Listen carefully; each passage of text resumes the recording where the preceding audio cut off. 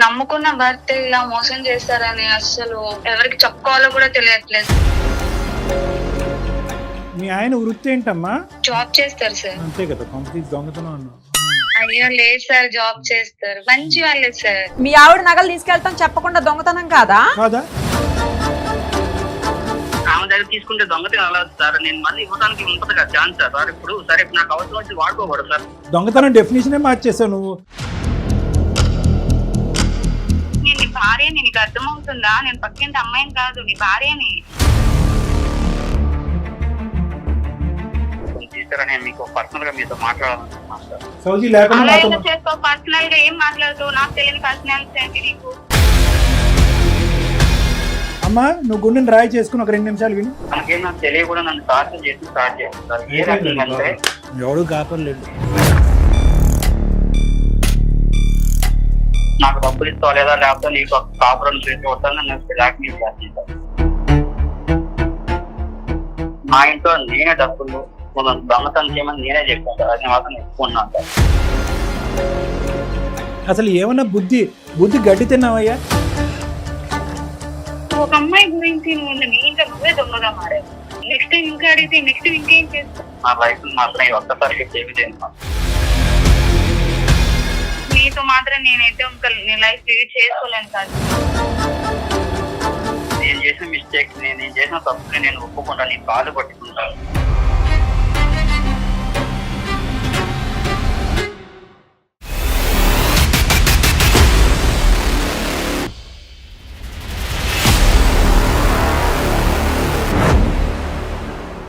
Suman TV అందమైన జీవితం కార్యక్రమానికి స్వాగతం.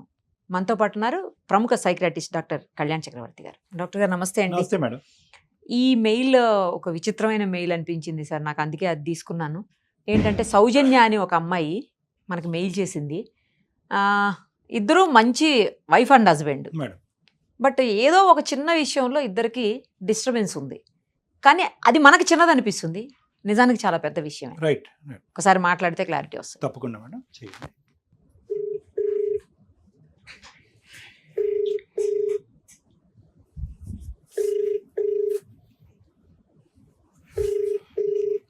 హలో హలో, సౌజన్య గారేనా? ఎవరండి?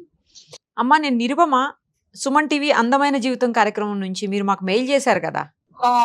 మ్యామ్ నేను అసలు అనుకోలేదు మేడం నాకు నా మెయిల్ కి మీరు రెస్పాన్స్ అవుతారని.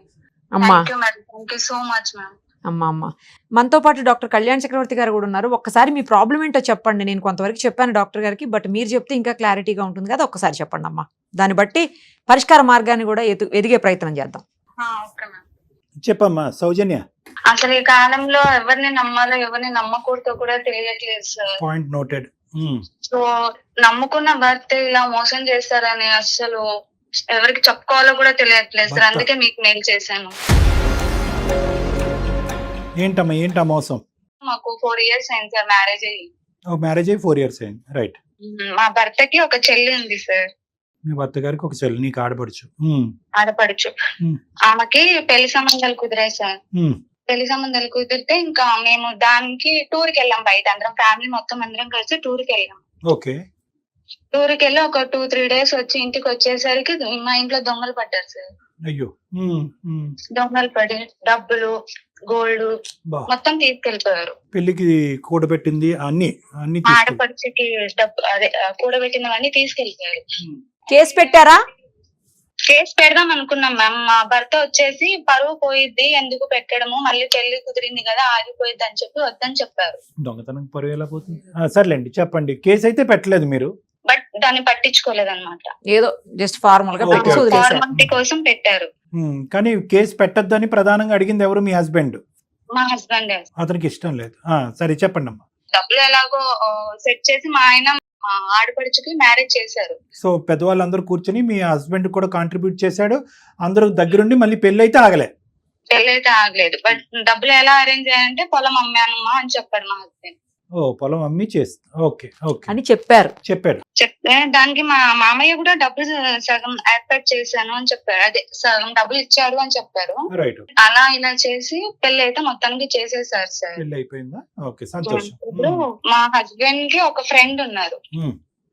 ఆ ఫ్రెండ్ వాళ్ళ భార్య వచ్చి నాకు ఫ్రెండ్. మేమిద్దరం ఒకసారి ఇలా బయట షాపింగ్ కి అలా వెళ్తే మా ఇద్దరికి కొంచెం మాట గొడవ వచ్చింది సార్.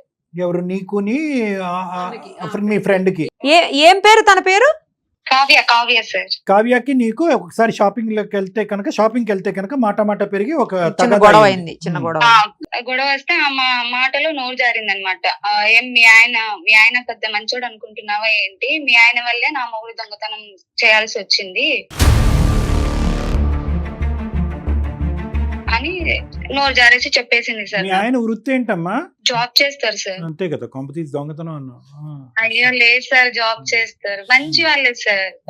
దొంగతనం చేయటంలో ఈ అమ్మాయి చెప్పిన డీటెయిల్స్ చెప్పమ్మా నాకు, అసలు ఏమైందో. ఆ తర్వాత ఏం చెప్పింది ఇంకా? అదే, నువ్వు ఈ విషయం మళ్ళీ ఇంట్లో చెప్పే గొడవ పడకురా, ఇది కేవలం తన చెల్లి కోసమే చేశాడు, నువ్వు నగలు ఇస్తావో ఇవ్వవో అనే ఒక రీజన్ తో అలా చేశాడు అని చెప్పింది సార్ నాతో. ఎవరి నగలు, ఎవరు గొడవ పట్టం అది కదమ్మా.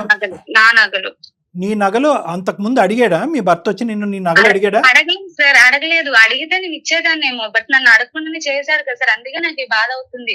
ఒకసారి ఇట్లా చెల్లి పెళ్లికి ఇలా డబ్బులు తక్కువ అవుతున్నాయమ్మా, నాకు నువ్వు నగలు ఇవ్వు అంటే ఓకే నేను ఇస్తాను ఇవ్వను అది పక్కన పెట్టి నాకు ఒక మాట అడగాలి కదా. నాకు అడగలేదు. ఆల్రెడీ స్టార్టింగ్ లో ఈమె బంగారం డబ్బులు అన్ని ఆమె కోసం రెడీ చేసినవే, అంటే అన్ని కుదవ పెట్టుకున్నారు, జాగ్రత్తగా పెట్టుకున్నవన్నీ పోయినాయి అని చెప్పింది కదా సార్. ఆ దొంగతనంలో పోయినటువంటి బంగారంలో నీ బంగారం కూడా ఉందా? నా బంగారం కూడా ఉంది సార్. మరి నాకు ఆ మాట చెప్పలేదు.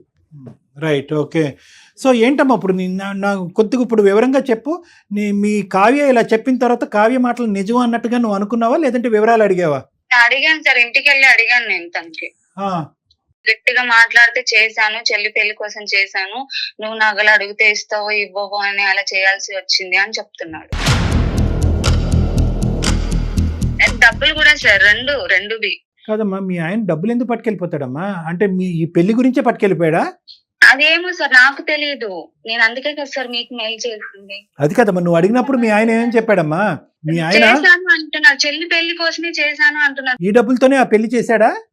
ఏమో సార్, పొలం అమ్మాను అంటున్నాడు మా మామయ్య, నేను డబ్బులు ఇచ్చాను అంటున్నాడు. బట్ నాకు తెలియదు సార్, ఒకసారి మీరు కూడా అడగండి సార్. అడుగుతాంలే అమ్మా, అడుగుతాం. కొంతవరకైనా నువ్వు వివరాలు చెప్తే ఆ తర్వాత మీ హస్బెండ్ కి ఫోన్ కాల్ కలిపితే కనుక, బాబు నువ్వు ఎందుకు దొంగతనం చేసావు, నీ వృత్తి ఏంటి, ధర్మం ఏంటని మేము అడుగుతాం. దానికంటే ముందు సో ఇక్కడ జరిగినటువంటిది కావ్య ఏమని చెప్పింది అంటే, మీ ఇంట్లో దొంగతనం చేసినటువంటిది మీ ఆయన మా ఆయన ఇద్దరు కలిపి చేశారు, మీ ఆయన ప్రోత్సహించి టెక్నాలజీ చెప్తే మీ ఆయనతో కలిపి దొంగతనం చేశాడు అని మీ ఇద్దరు గొడవ పడినప్పుడు ఆ అమ్మాయి నోరు జారి ఈ విషయం చెప్పింది. అది వెళ్ళి మీ హస్బెండ్ అడిగితే మీ హస్బెండ్ అదంతా కరెక్టే అన్నాడు, కానీ ముందు వెనకట్ల తల తోక లేకుండా మాట్లాడాడు. అది నీకు అర్థం కాక నువ్వు మాకు ఈమెయిల్ పంపించావు. ఈమెమో గట్టిగా ఆయన అడగలేకపోతుంది, అంతే కదా. ఇప్పుడు తన ఇంట్లో తనే దొంగతనం చేయాల్సిన అవసరం ఏమొస్తుంది సార్? నేను ఒకవేళ బయట చెప్తే నేను ఏమైనా చేసుకుంటాను అని ఒక చెప్తున్నాడు. ఎవరు చెప్పక్కర్లే, మీ కావ్య చెప్పేటట్టుంది అందరికి. ఎందుకు ఇలా చేస్తున్నాడని తెలియక మీకు మెయిల్ చేశాను. సరే ఒకసారి కలుపమ్మా, ఫోన్ కలుపు. అతని పేరు? బట్ ఆయన పేరు రివీల్ చేయకండి సార్, మళ్ళీ బయట తెలిస్తే మా పరువు మేమే రోడ్డును పడేసుకున్నట్లు ఉంటది. అన్ని కాన్ఫిడెన్షియలే. ఇతని పేరు అయితే కనుక అసలు బయటికి రాదు, అందులో మీరేం భయపడవలసిన అవసరం లేదు. కలపండి, ఫోన్ కలపండి. Okay sir. ఎక్కడో ఎవరో దొంగతనం చేశారనేది వింటుంటాము. సొంత చెల్లి పెళ్లికి ముందే దొంగతనం చేయటం. తన ఇంట్లో తానే. The person you are speaking with has put your call on hold. Hello, చెప్పు. ఎక్కడ నువ్వెక్కడున్నావు? బయట చెప్పి ఏం పని? నువ్వు చేసిన దానికి నాకు పిచ్చెక్కిపోతుంది, ఏదేదో సమాధానం చెప్తున్నావు. నువ్వు ఎక్కడున్నావు ఇంతకీ? అంత ఈజీగా తీసుకోకు సార్, నా ప్లేస్ లో ఉండి ఆలోచించి ఇదే పని నేను చేస్తే నువ్వు ఉండగలవు అసలు చెప్పు. ఇప్పుడు ఎక్కడున్నావు, ఏం మాట్లాడుతున్నావు? ఇంటికాడ కనిపించలేదు, ఇంటికి వెళ్ళి వచ్చాను, బయట ఉన్నా. ఎక్కడున్నావు? ఫ్రెండ్ ఇంటికి వచ్చానులే గాని, బట్ నాకు ఏం చేయాలో నాకు తెలియట్లేదు, అందుకే నేను సుమన్ టీవీ వాళ్ళకి మెయిల్ పెట్టాను. సుమన్ టీవీయా? నువ్వు అక్కడికి ఎందుకు వెళ్ళావు?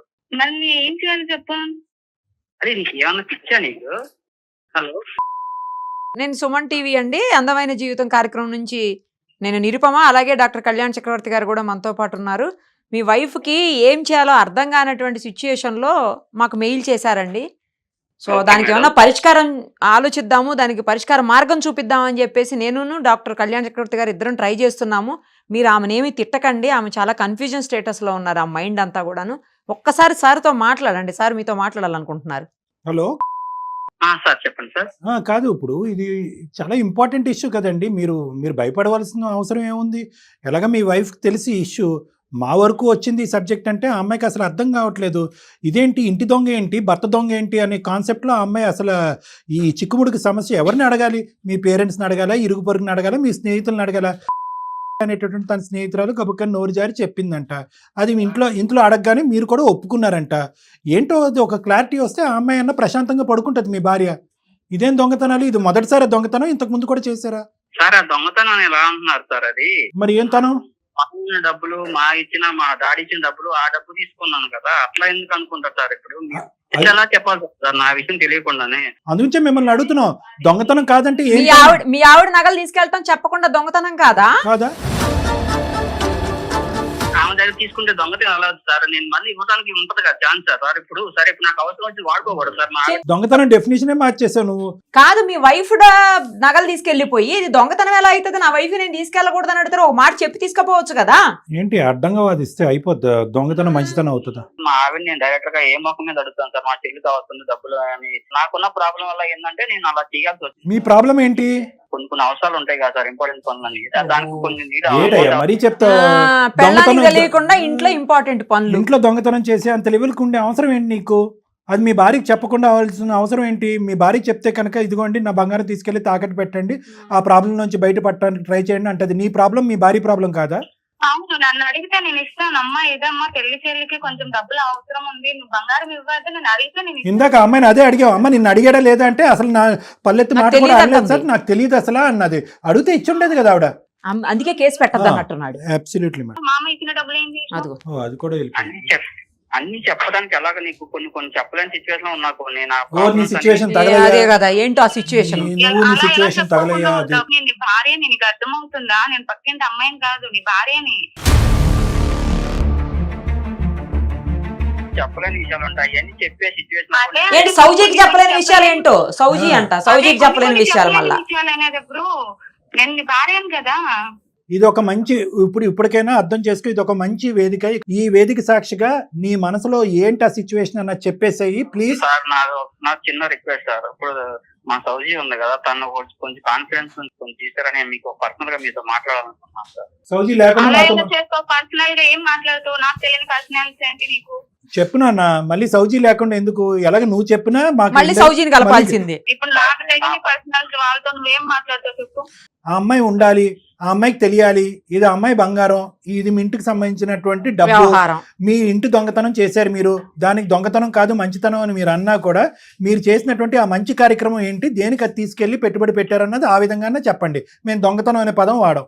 నేను లేకుండా నువ్వు వాళ్ళతో చెప్పినా ఇంకా నేనైతే నీతో ఉండదలుచుకోను, సరేనా? నువ్వు నా దగ్గర దాచి ఉంచాల్సిన విషయాలు అయితే నీతో నేను కాపురం చేయాల్సిన అవసరం కూడా లేదు. అదిగో ఈ విషయమే దాస్తారు, ఇంకొక విషయం దాస్తారు. కొన్ని విషయాలు కొన్ని విషయాలు అన్నాను కదా, అదేంటంటే నాకేంటంటే పాస్ట్ లో ఏంటంటే ఒకరితో నాకు ఒక దగ్గర ఉంది సార్. బాబు అలాంటి బంగారం లాంటి మాటలు ఇంకొకసారి చెప్పండి. ఏంటి పాస్ట్ లో మీకేముంది? పాస్ట్ లో ఏంటంటే నేను ఒకరితో ఏంటంటే నాకు ఒక ఎఫ్ఐఆర్ ఉంది. నేను అతనితో కొన్నేళ్ళ పాటు రిలేషన్ ఉన్నా. నాకు పెళ్లి అవుతుంది సార్. ఏంటి పెళ్లి అవ్వకముందా పెళ్లి అవ్వకముందు అన్నాడు? పెళ్లి అవ్వకముందు. అమ్మా నువ్వు గుండెని రాయి చేసుకుని ఒక 2 నిమిషాలు విను. చెప్పండి అయ్యా. పెళ్లి చేసుకున్న సిచ్యువేషన్ దాకా కూడా వెళ్ళాం సార్. ఆ టైంలో ఏంటంటే కొన్ని అనుకోని కారణాల వల్ల ఏంటంటే మా అమ్మ చూసిన సంబంధం కాబట్టి నేను ఇక్కడ సౌజీని పెళ్లి చేసుకోవాల్సి వచ్చింది సార్. ఓకే, ఇదంతా ఇప్పుడు ఫస్ట్ టైమా ఇది సౌజీకి? అమ్మ సౌజీ జీవితంలో వేరే అమ్మాయి ఉండేది ఇది వరకు, తల్లిదండ్రుల యొక్క మాట కాదనిలేక వచ్చి నిన్ను పెళ్లి చేసుకున్నాడని నీకు తెలుసా? ఇదే ఫస్ట్ టైమా మీరు వింటాం? నాకు తెలుసు ఈ విషయం. బాబోయ్, మాకున్న పర్సనల్ ఇష్యూ వల్ల ఏంటంటే మా ఇద్దరు మధ్య గొడవలు జరిగింది సార్. ఎవరికి? నన్ను ఇలా కొంచెం ఇబ్బంది పెట్టడం స్టార్ట్ చేసింది. కాదు, ఎవరిని నిన్ను ఇబ్బంది పెట్టేది ఎవరు? ఎక్స్ గర్ల్ ఫ్రెండ్ అంట. అంటే మీరిద్దరు ఇంకా కాంటాక్ట్ లోనే ఉన్నారా? ఇంకా కాంటాక్ట్ లోనే ఉన్నారు. అవును సార్. మనకేం నాకు తెలియకుండా నన్ను టార్చర్ చేసి స్టార్ట్ చేసింది సార్. ఏ రకంగా ఎవడు కాపర్లేదు. పర్సనల్ గా మేము కలిసిన కొన్ని ఫొటోస్ కానీ కొన్ని వీడియోస్ కానీ కొన్ని ఉండటం వల్ల ఏంటంటే తను నాకు బ్లాక్ మెయిల్ చేయడం స్టార్ట్ చేసింది సార్. ఫోటోలు వీడియోలు పెట్టి నీ ఎక్స్ గర్ల్ ఫ్రెండ్ అనేటటువంటిది నిన్ను ఓవర్ పొసెసివ్ గా నిన్ను గుప్పెట్లో పెట్టుకోవడం గురించి బ్లాక్ మెయిల్ చేసి నేను కూల్ చేస్తాను, నువ్వు ఎప్పుడు లైఫ్ లాంగ్ హ్యాపీగా ఉండకుండా చేస్తాను అని నన్ను రోజు టార్చర్ చేస్తున్నారు. ఆ రకంగా నాకు నా నుంచి డబ్బులు అప్పుడప్పుడు అవసరమైనప్పుడు డబ్బులు తీసుకుంటాను నా అవసరాలకి. ఆ టైంలో నేను ఏం చేయని సిచ్యువేషన్ ఉన్నా నా తప్పు నేను తప్పు చేశాను సార్, ఒప్పుకుంటాను. నాకు డబ్బులు ఇస్తావా లేదా లేకపోతే నీకు కాపురం చేసి కొట్టాను నన్ను బ్లాక్ మెయిల్ చేస్తాను సార్. ఎంతకాలం పెళ్ళైనటువంటి ఎంతకాలం తర్వాత ఆ అమ్మాయి మళ్ళీ మీకు ఫోన్ చేసి బ్లాక్మెయిల్ చేయడం మొదలుపెట్టింది? పెళ్ళైన 1 year తర్వాత నుంచి నాకు మళ్ళా స్టార్ట్ చేస్తారు. Right, okay. అయితే ఇప్పుడు ఏం చేసావు? ఈ బంగారాన్ని ఈ డబ్బుని అంతా తీసుకెళ్ళి ఏం చేయాలి సార్? పని ఏంటంటే నువ్వు నాకు డబ్బులు ఇస్తూ నాకు డబ్బులు కావాలంటే నన్ను రోజు టార్చర్ చేయడం వల్ల నాకు ఏం చేయాలో తెలియక నాకున్న ప్రాబ్లమ్స్ ఇక్కడ దీనికి ఏ రకంగా చెప్పాలో, తను తీసుకొస్తే నా ఫోటోలు బయట పెట్టేవి చేస్తే నా యొక్క ఫ్యామిలీ ఏ రకంగా బయటపడుతూ నా పరువు ప్రతిష్టలు అన్ని పోతే నాకు ఏం చేయాలి సిచ్యువేషన్ లో? తను డబ్బులు కావాలంటే నేను చేసిన మిస్టేక్ వల్ల నా డబ్బులు సర్దించుకోవడం ఈ ఒక్కసారి ఏదో ఒకటి అయిపోతుంది. నాకు తెలిసిన నా ఫ్రెండ్ ద్వారానే మా ఇంట్లో నేనే డబ్బులు దొంగతనం చేయమని నేనే చెప్పాను సార్. అది మాత్రం ఎక్కున్నాను సార్. అసలు ఏమన్నా బుద్ధి గడ్డి తిన్నావయ్యా? మీ ఇద్దరి మధ్య నుండి మళ్ళీ తర్వాత అడగదా సార్? ఇప్పుడు మేడం, 10 లక్షలు ఇస్తాడు, రేపు 20 లక్షలు 20 అడుగుతుంది, జీవితాంతం అడుగుతుంది. అడుగుతానే ఉంటది కదా. థింగ్ ఈజ్ ఏంటంటే బ్లాక్ మెయిల్ చేసేటటువంటి వాళ్ళ ఉద్దేశమే అది, ఎంత కావాలంటే అంతవరకు వాడుకుంటారు. నా లైఫ్ లో నేను చాలా తప్పులు చేశాను. ఆ తప్పులు తీసుకునే క్రమంలో ఇది ఒకటి నేను చేసిన పెద్ద మిస్టేక్. నా లైఫ్ లో తను ప్రేమించాలి. నువ్వు మిస్టేక్ చేసిన ఇప్పుడు మాత్రం నీతో నేను కాంప్లైంట్ చేస్తా అనుకుంటున్నావా? ఏమో ఒక అమ్మాయి గురించి నువ్వు నీ ఇంట్లో నువ్వే దొంగగా మారావు. నెక్స్ట్ టైం ఇంకా అడిగితే నెక్స్ట్ ఇంకేం చేస్తావు? ఇంకేం ఇస్తావు అనేది ఒకటి. ఇప్పటి వరకు మీరు చెప్పినటువంటిది నిజమని ఎలా నమ్ముతాం మేము? ఇదొక కథేమో, ఇదంతా కథేమో. ఆ అమ్మాయి బ్లాక్ మెయిల్ చేస్తుంది, ఇదంతా కూడా. నిరుపమ మేడం ఆ అమ్మాయితో కూడా మాట్లాడచ్చా గారు? చెప్పండి. మీరు చెప్పేదంతా నిజమని ఎలా నమ్మాలి? నా దగ్గర తనతో ఉన్న ఫొటోస్, వాటిన్న ప్రూఫ్, మెయిల్స్ అన్ని తనతో ఉన్నాయని మీకు పెడతాను. నా లైఫ్ మాత్రం ఈ ఒక్కసారికి సేవ్ చేయండి. ఈ ఒక్కసారికి సేవ్ చేయాలి అంటే ఒకటి, మేము చేయవలసినటువంటి ఎంక్వైరీ మేము చేస్తాము. మీరు వద్దన్నా కూడా అమ్మాయితో మాట్లాడాలి మేము. ఎందుకంటే మీ కాపురం కాపాడాలి అంటే కనుక ఆ అమ్మాయి దగ్గర మీరు పోగొట్టుకుని దొంగతనం చేసి ఆ అమ్మాయికి సమర్పించుకున్నదంతా కూడా వాపస్ తీసుకురావాలి. ఫ్యూచర్లో ఆ అమ్మాయి ఈ విధంగా మళ్ళీ బ్లాక్మెయిల్ చేయకుండా మీ తరపున మేము కూడా వచ్చి, మీతో పాటు మేము వచ్చి పోలీస్ కంప్లైంట్ కూడా ఇవ్వాల్సినటువంటి ఆవశ్యకత ఉంది. ఇది ఇక్కడ కప్పేసి దాచిపెట్టేటటువంటి అంశం కాదు. అన్నిటికంటే ముఖ్యంగా సౌజన్యకి మీకు ఇద్దరికి తెలియవలసింది, ప్రత్యేకంగా సౌజన్యకి తెలియవలసింది ఏంటంటే, ఏదైతే ఉందో ఇది కేవలం బ్లాక్మెయిల్ మాత్రమే. ఇంక ఇతరత్ర ఏ రిలేషన్షిప్ ఆ అమ్మాయితో మీకు లేదు కదా? లేదు సార్. నీతో మాత్రం నేనైతే ఇంకా నీ లైఫ్ లీడ్ చేసుకోలేను సార్. నేను చేసిన మిస్టేక్, నేను చేసిన తప్పుని నేను ఒప్పుకుంటాను, నీ కాలు పట్టుకుంటాను. ఈ ఒక్కసారికి నన్ను క్షమించి నన్ను ఈ జీవితంలోకి నన్ను బాధ. నిన్ను ఇక్కడ బలవంతం పెట్టి బెదిరించేటటువంటి అవకాశం ఎవరికీ లేదు. ఎందుకంటే అన్ని విధాలుగా మోసపోయింది ఎవరంటే నువ్వు. కానీ ఇక్కడ అదృష్టం నీ వెంట ఉండటం వల్ల ఇప్పటికీ కూడా నీ భర్తను, ఏ భర్తనైతే కనుక నువ్వు ఇష్టపూర్వకంగా పెళ్లి చేసుకున్నావో ఆ భర్త యొక్క క్యారెక్టర్, నమ్మకం అనేటటువంటిది ఇప్పటికి కూడా అలాగే పదిలంగా ఉంది. ఇది నువ్వు ప్రధానంగా గుర్తుపెట్టుకోవాల్సినటువంటి అంశం. పోయినటువంటి డబ్బులు, బంగారం ఎందుకు పోయినాయి అనేది నీకు తెలుసు, మాకు తెలుసు, అందరికీ తెలుసు. దాన్ని 1కి 2 సార్లు డబుల్ వెరిఫై చేసుకుంటాం. ఇతను ఇష్టపూర్వకంగా ఆ అమ్మాయితో వెళ్ళి ఇచ్చాడా, లేదంటే అదే రిలేషన్షిప్ కంటిన్యూ అవుతుందా లేదన్నది మేము వెరిఫికేషన్ చేసుకుంటాం.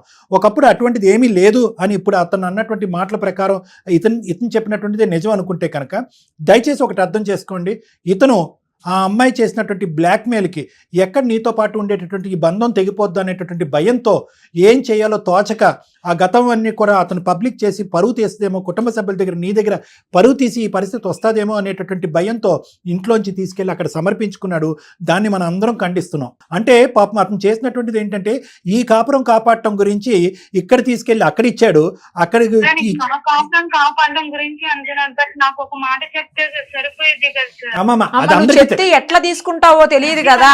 నేను చేసుకునేటప్పుడు అన్ని చెప్తారు కదా సార్. పర్సనల్ గా ఓకే అలా ఉండదులే సౌజన్య గారు, అలా ఉండదులేండి. ఆ పాయింట్ లో నువ్వు ఎలా తీసుకుంటావు ఎవరికి తెలుసమ్మా. అతను ఒకటైతే వాస్తవం, మేము కూడా అదే చెప్పాం కదా ఓపెనింగ్ స్టేట్మెంట్ చెప్తే మీ ఆవిడ ఒప్పుకోదా?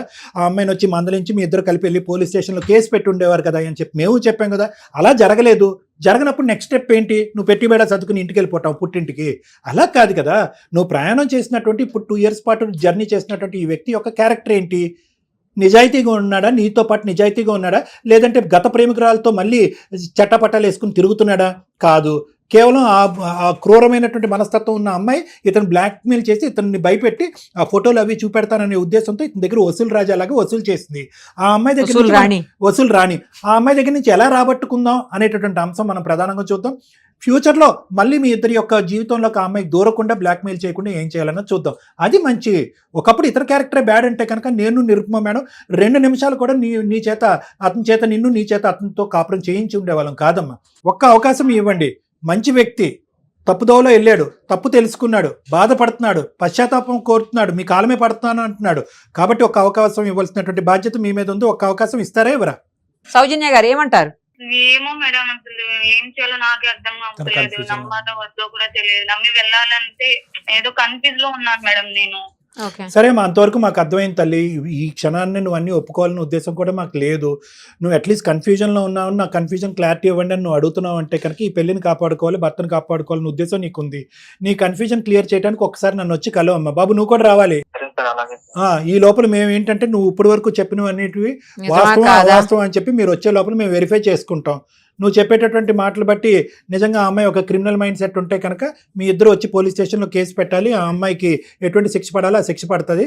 మీ ఇద్దరు కాపురం చేయాలా, ముందుకు ఎలా వెళ్ళాలి అనేటటువంటిది నా కౌన్సిలింగ్లో నేను అన్ని విడమర్చి మీ ఇద్దరితో మాట్లాడతాను. అప్పటి వరకు ఎటువంటి డేంజరస్ నిర్ణయాలు తీసుకోకండి. అలాగే సార్, అలాగే సార్. Thank you. ఓకేనమ్మా, బాయ్. Take care. పోన్లేండి సార్, ఆ అమ్మాయి చివరికి అంటే ఆ నో చెప్పే దగ్గర నుంచి అట్లీస్ట్ ఒక కన్విన్సింగ్ స్టేజ్ లోకి వచ్చింది. at least. ఇమోషనల్ అంటే మేడం ఒకటి అంతే, అమ్మాయి అంతే డైజెస్ట్ లేదు సార్. చేసుకోవాల్సింది ఏంటంటే అవును. ఇతని గతంలో ఒక ఇష్యూ ఉంది అనేది ఇప్పుడు ఈ 10 నిమిషాల్లో ఆ అమ్మాయికి తెలిసినటువంటి ఒక నిజం. పుణ్యమే కారణం చేయాలి. డైజెస్ట్ అవ్వాలి ఆ, పాపం. బంగారం దేనికో పోయింది, ప్యాకెట్కో పోయిందో దేనికో పోయిందో అనుకుంటే వేరే విషయం. లేదు నాకు ఒక గతం ఉంది, ఒక ఎక్స్ ఉంది అనే అమ్మాయి చెప్పడం అనేది ఒక షాకరు.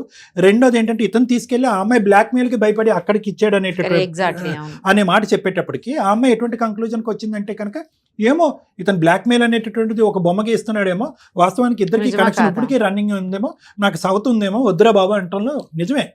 సో మనం ఏంటంటే ఏదో బ్లైండ్ గా నమ్మేసి కలిపేయటం కాకుండానే మనం కొద్దిగా బ్యాక్గ్రౌండ్ ఒకసారి, వెరిఫికేషన్ చెక్ చేసి చేద్దాం. వీళ్ళిద్దరిని కౌన్సిలింగ్ పిలిచిన తర్వాత అతను చెప్పిన మాట నిజమైతే కనుక ఖచ్చితంగా కలిపి లీగల్ గా వాళ్ళిద్దరిని ఆ అమ్మాయిని ఏం చేయాలో కూడా చేయొచ్చు, వీళ్ళిద్దరిని కలపడంతో పాటు. Sure madam. Right, thank you so much.